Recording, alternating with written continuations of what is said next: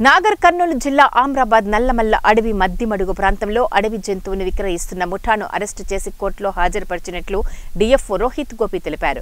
గత కొద్ది రోజులుగా ఆమ్రాబాద్ నల్లమల్ల అడవి ప్రాంతంలో కొందరు ముఠాగా ఏర్పడి అడవి జంతువులను పట్టి హైదరాబాద్కు చెందిన ముఠా సభ్యులకు విక్రయిస్తూ ఉండగా 11 మంది సభ్యులను అరెస్ట్ చేసి కోర్టులో హాజరుపరిచినట్లు తెలిపారు. మరో 2 నిందితులు పరారీలో ఉన్నారని, వారిని త్వరలో అరెస్టు చేస్తామని అన్నారు. అడవి జంతువులను ఎవరు వేటాడినా విక్రయించినా చట్ట ప్రకారం చర్యలు తప్పవని హెచ్చరించారు. బేసికలీ జడ్చర్లలో నివసితుడు, బట్ ఈయన మిడిల్ మెన్ లెక్క యాక్ట్ చేసి ఈయన వీళ్ళ దగ్గర ఈ అలుగును కొనడానికి వచ్చారు.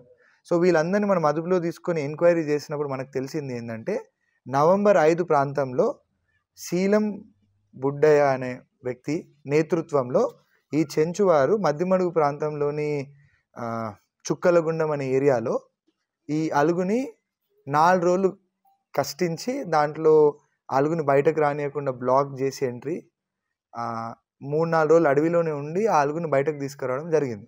ఆ అలుగుని బయటకు తీసుకొని వచ్చిన తర్వాత దాన్ని అమ్మడానికి వాళ్ళు మన్లి వీరయ్య, చిగుర్ల అంజయ్య అండ్ శీలం మీదయ్య అని కాంటాక్ట్ అయ్యారు.